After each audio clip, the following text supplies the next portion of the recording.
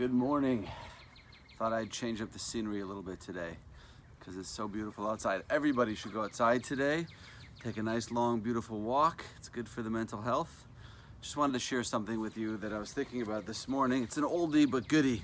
We're in the season of freedom. Passover, Pesach is the time of freedom. And obviously it's freedom because our ancestors went free during this time, but it's also freedom because we have the opportunity every year to go free. And even though we're in this very strange time of existence, in a certain sense, we've never been freer. Let me try to give you an analogy. Imagine if you won some kind of sweepstakes, and the prize was that you get to go to Northbrook Court, which is closed now, but pretend that it was open, and you have a 1 hour shopping spree. You can go in there and you can take anything you want in the whole entire mall, and it's free. Or let's just say Old Orchard, because I think they have a Tiffany in there. So you go into the Old Orchard, and you got an hour, and the first thing you see is a Starbucks, and you're like, wait, I could just go into the Starbucks and take anything I want, and it's free. Amazing. You go in there, you order some very fancy double latte, takes them 10 minutes to make it, but okay, it's free, you enjoy it. Very, very nice. And you keep walking, and the next thing you see is the Disney store. And you walk into the Disney store, and I could just take anything in here for my kids. This is amazing. You start walking through. It's absolutely awesome. And then you keep going, and you get to the food court, and you're like, this is unbelievable. You go into the food court, you have some pizza, and then you have some Chinese food, and it's incredible. And then all of a sudden, you look, and the hour's up. How'd you do?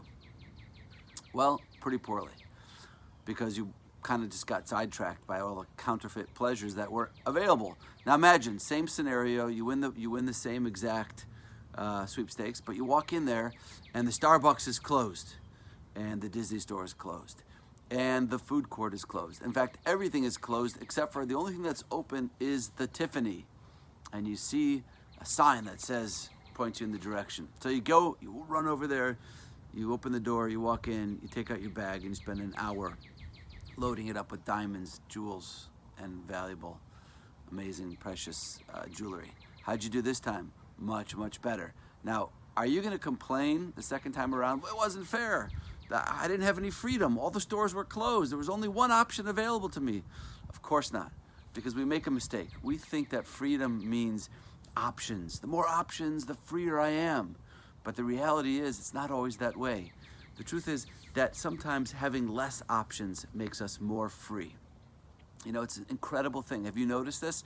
My kids, on a normal, typical, let's say Sunday, where we're sitting around, if 2 hours have gone by and we haven't done something fun or exciting, it happens. Or automatically you hear the words, I'm bored. Are we going to do anything today? We're wasting a Sunday. Okay? But the weirdest thing is 2-3 weeks have gone by. We've been locked in the house. We haven't done a single thing. And I haven't heard my kids say once, I'm bored. And the reason is because there are no options, and they know there are no options. So what are they doing? They're finding other things to do. Practicing guitar, drawing, having fun with each other, playing games.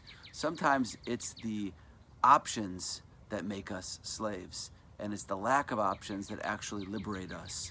And in that sense, I feel like we've never been freer.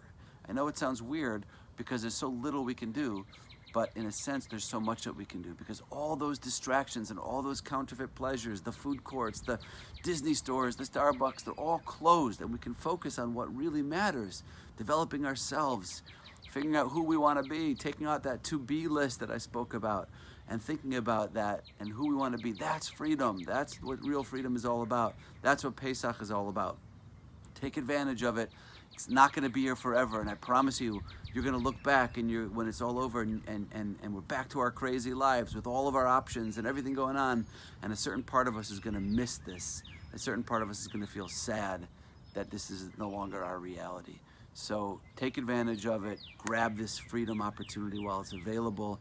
Have a wonderful day, and please be in touch.